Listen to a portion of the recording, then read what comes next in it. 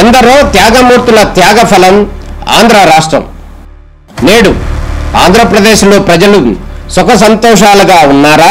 ప్రస్తుతం ప్రజల మధ్య ఉన్న కులాల కుంపట్లు ఎవరి కోసం?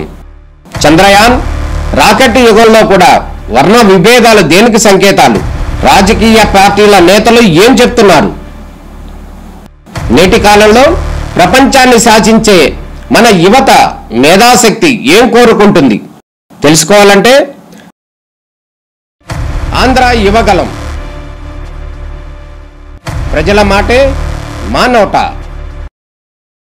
పెద్దలు గౌరవనీయులు మన రాష్ట్ర ముఖ్యమంత్రి వర్యులు నారా చంద్రబాబు నాయుడు గారికి స్వాగతం పలుకుతూ, వేదికపై ఉన్న మన ఎమ్మెల్యే గారు చరితమ్మ గారు, అట్లాగే మంత్రివర్యులు ఫారూక్ గారు, నారాయణ గారు, భారత్ అన్న గారు, అలాగే బీసీ జనార్దన్ అన్న గారు, కలెక్టర్లు, పట్టాభన్నకు ప్రతి ఒక్కరికి పేరు పేరున నమస్కారాలు తెలియజేసుకుంటూ, అధికారంలోకి వచ్చిన తర్వాత ఒక్క క్షణం తీరిక లేకుండా, విశ్రాంతి లేకుండా ప్రజల కోసం, ప్రజల వెంట, ప్రజల సమస్యలు తెలుసుకోవడానికి, అట్లాగే ఆ సమస్యలను వెంటనే తీర్చడానికి ప్రతి క్షణం కష్టపడుతూ మన ముఖ్యమంత్రి గారు ఊరు నియోజకవర్గము అంతా తిరుగుతున్నారు.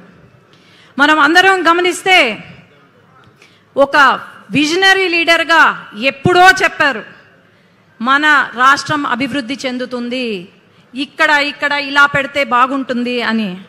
ఇప్పుడు ఆ కళ నెరవేరబోతుంది. మనము మన కోసం మన ముఖ్యమంత్రి గారు ఎన్నో అవమానాలు భరించారు, ఎన్నో కష్టాలు, ఎన్నో నష్టాలు ఎదుర్కొన్నారు. మన అందరితో పాటు ఆయన కూడా మన వెంట ఉన్నారు.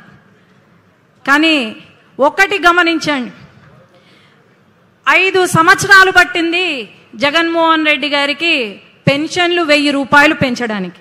కానీ మనం అధికారంలోకి రాగానే వెంటనే 4000 రూపాయలు పెన్షన్లు చేసి, అట్లాగే హ్యాండిక్యాప్డ్కి 6000, 10,000 మనం పెన్షన్లు ఇచ్చాం. అట్లాగే మొదటి సంతకం లోకేష్ అన్న చెప్పారు, మెగా డిఎస్సి పైన సంతకం పెట్టబోతున్నాము అని. వచ్చిన వెంటనే మెగా డిఎస్సి పైన సంతకం పెట్టారు.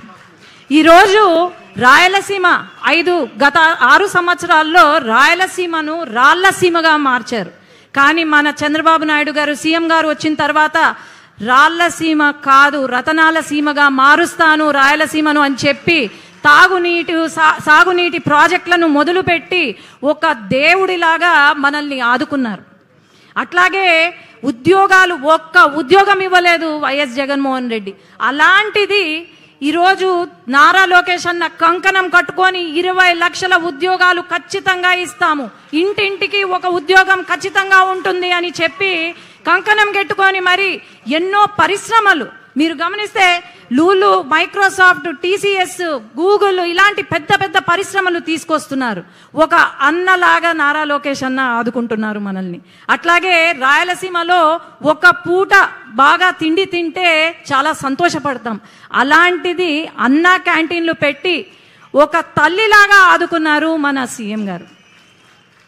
ఇలాంటివి ఎన్నో కార్యక్రమాలు. అట్లే మహిళలు ఎక్కడా తక్కువ కాదు అని చెప్పి మహిళా సంక్షేమానికి కాకుండా మహిళా అభివృద్ధి కోసం కూడా వాళ్లకు ఎంఎస్ఎంఈ పార్కులు పెట్టి, అలాగే వాళ్ళ కోసమని వర్క్ ఫ్రమ్ హోమ్ నిర్వహిస్తూ, అట్లాగే మెటర్నిటీ లీవ్ పొడిగిస్తూ.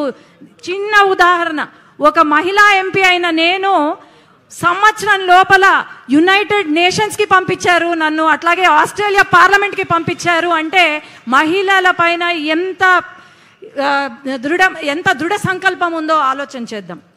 ఖచ్చితంగా మన ఆంధ్రప్రదేశ్ మన సీఎం గారి చేతులలో పడింది, స్వర్ణాంధ్రప్రదేశ్గా మారబోతుంది.